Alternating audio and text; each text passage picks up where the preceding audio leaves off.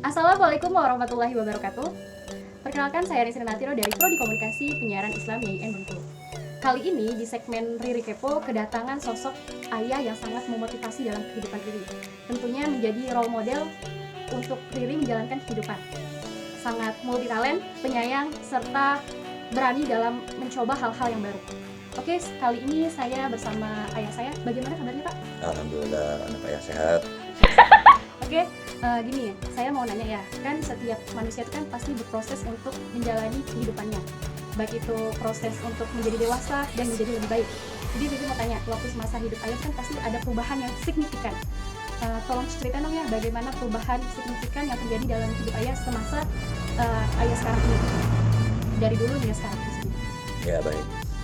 Perubahan yang terjadi secara psikologis banyak sekali.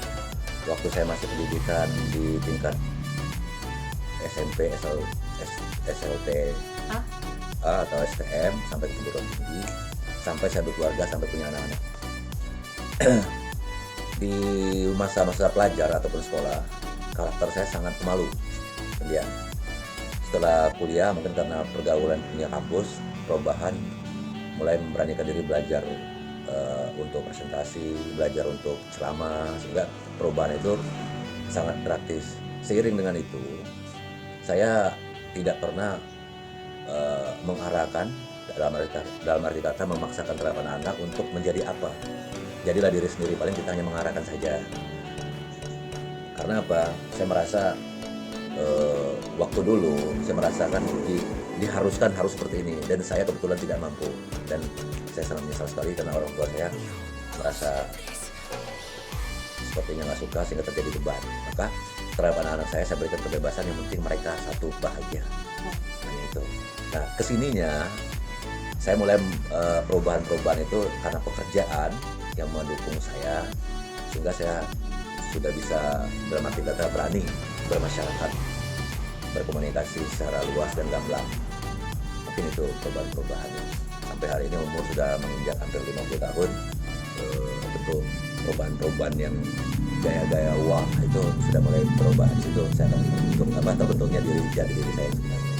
Mungkin itu. Oh ya Pak, juga kan anak muda itu kan pasti mengalami kebingungan. Kadang dia mau melangkah bingung, saya ini siapa, saya ini bagaimana. Kadang masih ada kebingungan itu. Bagaimana ayah dulu cara mengatasi kebingungan yang waktu muda? Mungkin saya merasakan seperti itu juga. Bagaimana cara mengatasi kebingungan? Memang kalau kita lagi mencari jati diri, itu banyak harapan-harapan, cita-cita yang ingin kita raih.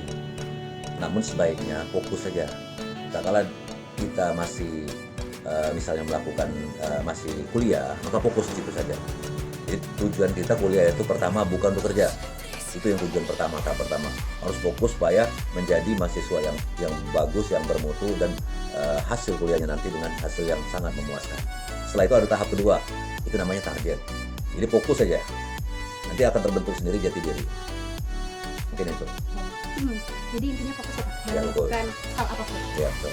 Jadi yang ketiga, pertanyaan yang ketiga, pencapaian apa yang diraih Bapak selama ini? Bapak umurnya hampir 50 ya kan? Ya. Hampir 50, jadi pencapaian apa yang dari dulu sampai sekarang Bapak bisa rasakan? Kepuasan, kebahagiaan aja, sehat lahir batin. Namun seiring sejalan dengan itu, dari awal saya mulai bekerja, ya kan, setelah anak-anak masih kecil semua, dan itu kebetulan zaman itu zaman sangat sulit sekali, zaman Krismon tahun 98, 97, 98. Jadi saya mencoba melangkahnya kemana gitu waktu itu. Dengan background saya orang teknik, saya kebetulan ambil teknik elektro juga. Namun saya bersyukur walaupun tidak selesai itu pendidikan itu. Jadi kebetulan kalau sudah berkeluarga, yang kita pikirkan bukan karir lagi, namun bagaimana kita untuk mendapatkan biaya ataupun dana untuk menghidupi keluarga. Awalnya saya jalan karir saya di teknik, yaitu kerja di sebuah perusahaan yang bergerak di bidang jasa, servis dan spare part, yaitu khusus semi alat berat, elektrik forklift. Awalnya saya kerja di Garpu Geria Tangkas, PT Garpu Geria Tangkas. Jadi perusahaan ini adalah yang membawa brandnya forklift merek Steel. Nah, di situ saya belajar sebagai teknisi awalnya. belajar sebagai teknisi. Kemudian di tahun 2005 steel ini diambil alih oleh United Tractor UT dan namanya berubah menjadi Komatsu. Nah dari sanalah kita coba mendirikan sebuah usaha yang sama, yaitu di jasa servis elektrik forklift dan pengadaan spare partnya, namun independen. Jadi semua merek unit elektrik forklift yang kebetulan ada unit Indonesia kita tangani. Misalnya merek dari Toyota, Katnos, kemudian BT, kemudian Crown, termasuk Steel yang lama, kemudian forklift yang punya Kopexindo, kemudian Hyster dan segala macam kita bisa tangani waktu itu.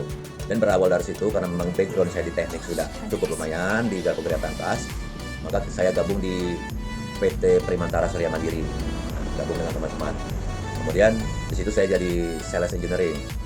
Dari situ kebetulan kita bisa megang untuk jasa servis kompetitor dengan perusahaan-perusahaan memang yang punya brand tersebut. Misalnya kalau di Jakarta dulu ada Carrefour, dia punya aset unit tersebut. Kemudian waktu dulu dari mulai Makro, kemudian perusahaan-perusahaan pabrik serta home industry mempunyai peralatan tersebut kita tangani dengan alhamdulillah itu sukses.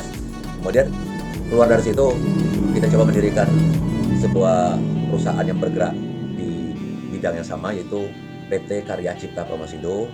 Kebetulan saya dipercaya dan memberanikan diri untuk menjadi pemeran utamanya, yaitu sebagai direktur PT Karya Cipta Promosindo.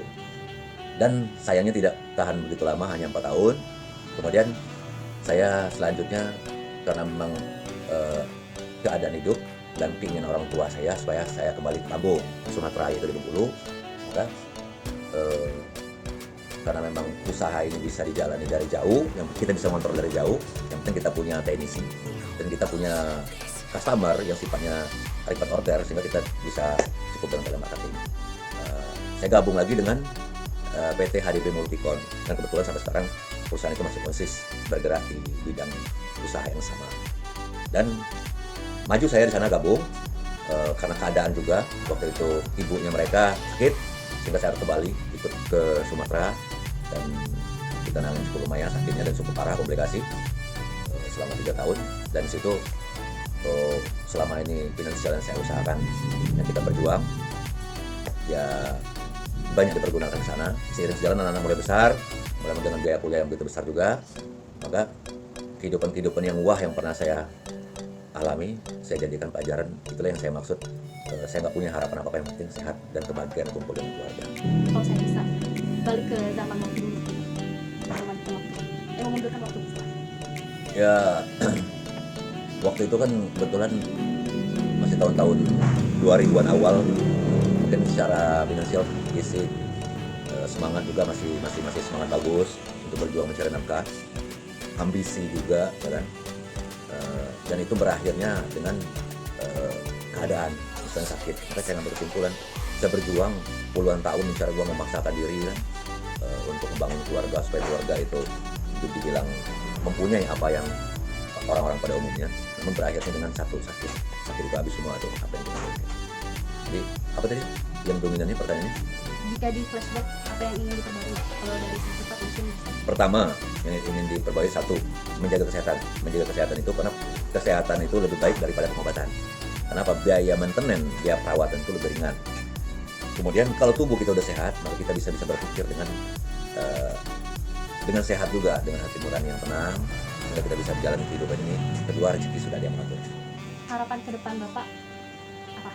Kalau bisa ya dengan hidup tenang, anak-anak bahagia, kita bisa ibadah rukun Islam yang kelima. Insya Allah. Dan itu. Dari pengalaman yang Bapak paparkan tadi tentunya sangat menginspirasi banyak kalangan anak muda. Setiap proses itu kan pasti ada ujian, pasti ada guncangan, dan itu harus yang menguatkan kita. Dan terima kasih Pak sudah memberikan pengalaman kepada kami. Mudah-mudahan kami bisa mengarahkan hidup kami ini ke arah yang lebih baik, bisa mengerti apa yang hidup itu, makna hidup itu sebenarnya itu apa gitu. Kami harus melakukan apa, jadi kami lebih mengetahui lagi siapa kami sebenarnya.